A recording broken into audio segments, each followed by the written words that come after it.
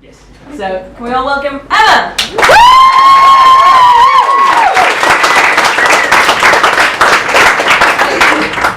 I don't know how to top that. Like, I really don't.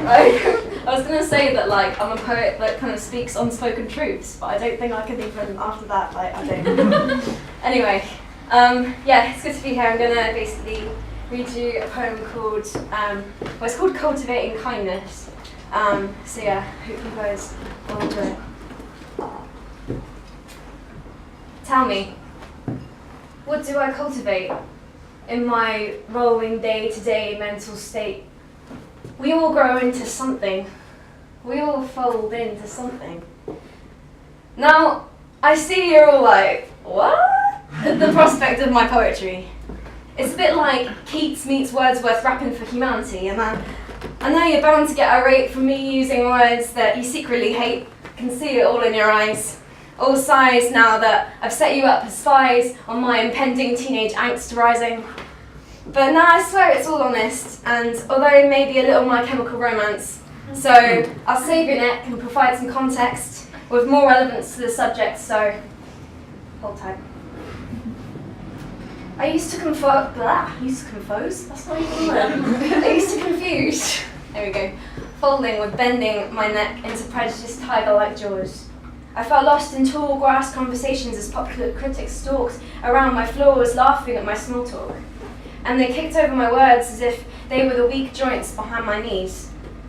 I felt folded and post-returned to an address in the middle of nowhere, in a dry desert with no soil where no one grew and no one learned. So I picked myself up again and turned my mind back to the subject. What do I cultivate? I suppose fear's first-class honours goes to public speaking. It's a bit like wearing a heart on your sleeve without a ribcage. And telling an open person to close up if you don't already know is a big mistake. So when I worked in a cafe, to provide you with a scenario, we didn't have the time to talk. We ran past with bruised feet with our heads down and walked, and only looking back up to bark back orders when your feet were trailing behind. And I listened and I learned, but unfortunately, this time, my words fell silent. For I learned that kindness was a weakness, and my manager a tyrant.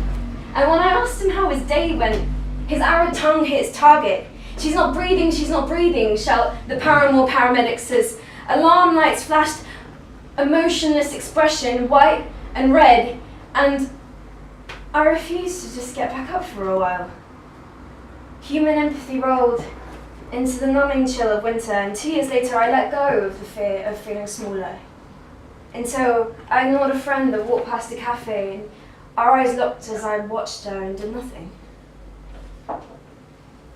So when I have free time, I love sitting in cafes, filled with people and bright ideas. Creepily I creep into my regular spot and watch. I love people, and I love their mannerisms. And I love their ability to be humble yet powerful, like a pen writing secrets, or fingers typing without any thumbs. Alone at one table, I see a businesswoman taps figures into a database.